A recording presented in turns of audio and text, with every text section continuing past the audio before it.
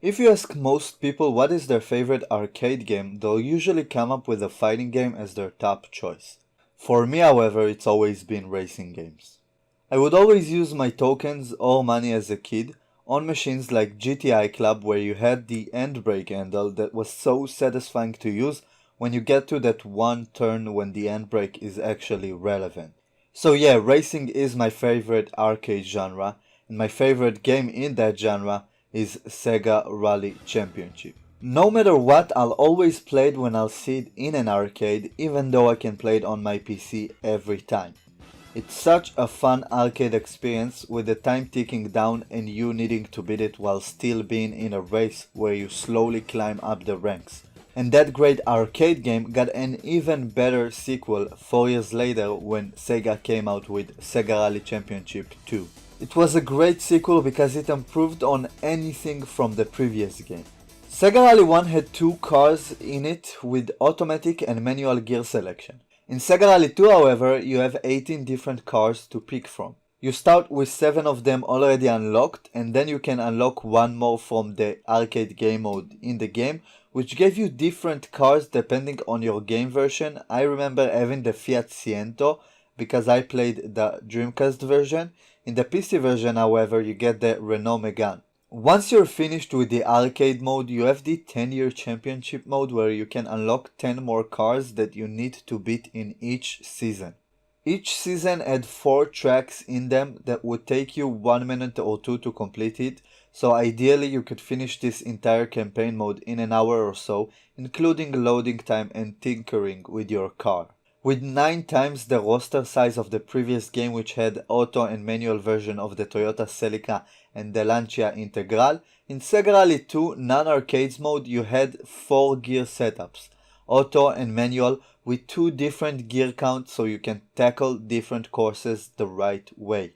In terms of cars, I'd always pick the Lancia Stratus. It was my favorite car and I used it every time I played the game growing up, mostly because my older brother told me it was the best car in the game. By the way guys, which one is your favorite car in the game and what car do you think was the best in the game? Leave it in the comments. Moving away from the cars, the game had introduced 17 courses. 7 of them are unique and 5 of them have 3 different variations each.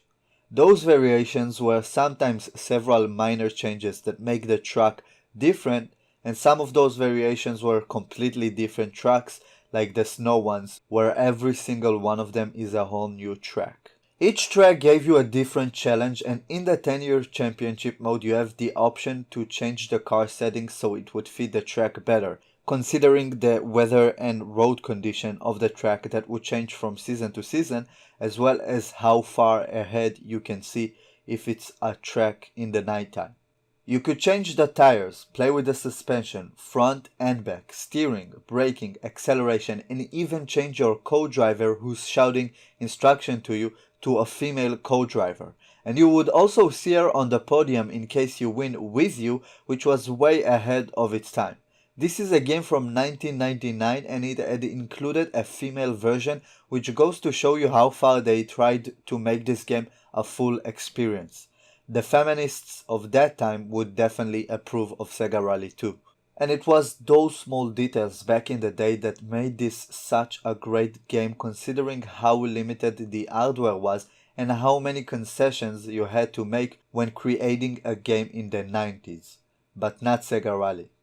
You have different body kits when you race different tracks, like a regular kit when you race the tarmac races and a desert kit for the desert tracks, as well as the car getting muddy if you ever drive over a puddle of mud, and the car having snow on it as well in the snowy areas, which is nothing in today's standards, but in 1999 when the game came out, this is almost a simulation level of detail. And again, when you have such a limited hardware like the Dreamcast, this is an amazing feat of technology, especially since Sega Rally was a 1-disc game, unlike the 3 discs you had when you played Shenmue, which was a detailed game as well.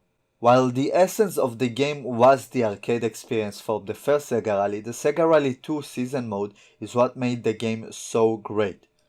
It was made both for the noobs and for the pros, because when I was a 6-year-old kid playing it, I struggled just to beat the time limit and get to the next season, and by trial and error I managed to unlock all of them, and later on when I became even better, started winning some of those seasons and getting some new cars, which I sadly never used until I replayed this game at a much older age. And that was part of the magic in this game. It wasn't some gimmicky, stupid loot box mechanic which you can see in every game today. Finding out each season what was the new car you could potentially get was so exciting. Seeing it on the podium celebrating since you couldn't beat it made it so much better once you actually saw it again and managed to get past it on the track rather than seeing it from a distance as the second place. It was such a simple premise, but it was what made this game so great for me, and it is why I hated every single Sega Rally game that came afterwards, like Sega Rally Revo and Sega Rally 3, which failed to replicate this simple part of the game that in my opinion is the essence of Sega Rally. Another part that is inseparable from Sega Rally is the original soundtrack, which is a 10 out of 10. Every single part of the game had a unique background music. The main menu, the car selection, the setup of your car, every track, the final race, the arcade mode, the settings and the famous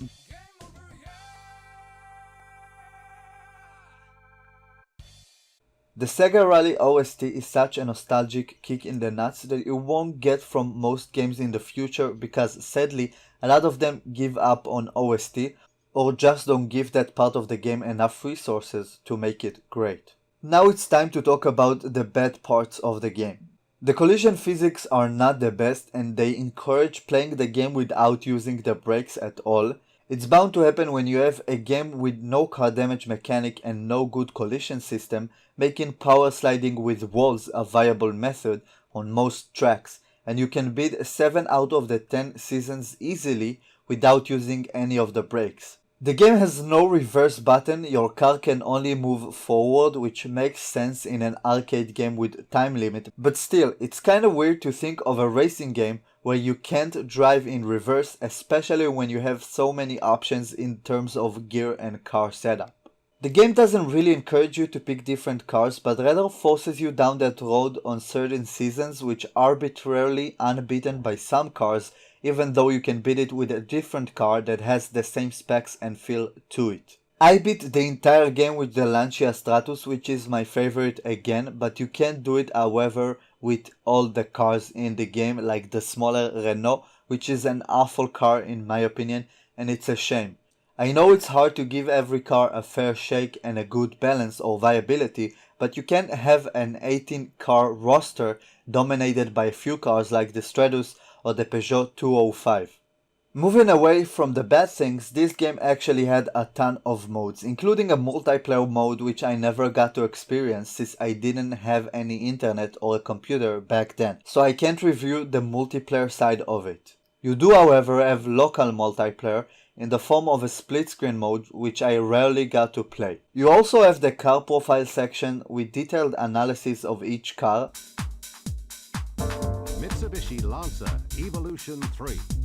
The Lancer Evolution made its debut in the WRC. the game actually saving your replay when you beat it in the arcade mode and in the 10th season, which is honestly a lot from a game that was created in '99, and the time attack mode, which can all be put together into a box named Things I Didn't Play With in Sega Rally 2, but are still good additions to it because it's extra features.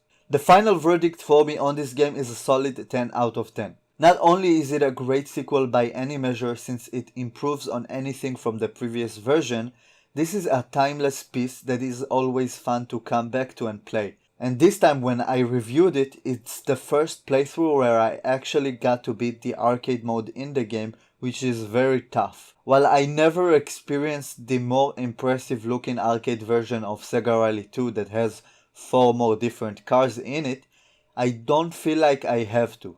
Sega Rally 2 is a great game since it combined the original Sega Rally, which is an arcade legend, into a fully fledged game that isn't over as soon as you beat the arcade mode.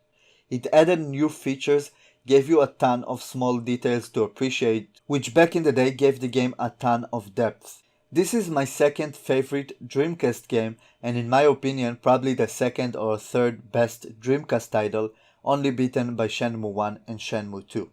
If you've never tried the arcade version of the original Sega Rally, you should.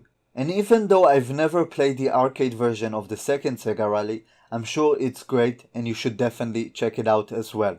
I would love to see Sega Rally 3 coming out and recapturing the essence of this game, or an HD remake of Sega Rally 1 and Sega Rally 2, which I will fully support. But not another abomination like Sega Rally Revo or Sega Rally 3, which is only related to the series by name. Thank you guys for watching. I would much appreciate it if you drop a like on this video, share your opinions in the comments, subscribe and turn on the notification bell so you won't miss any of the newest videos. And if you want to support this channel, check out its Patreon page. Thank you again for watching. I'll see you in the next one.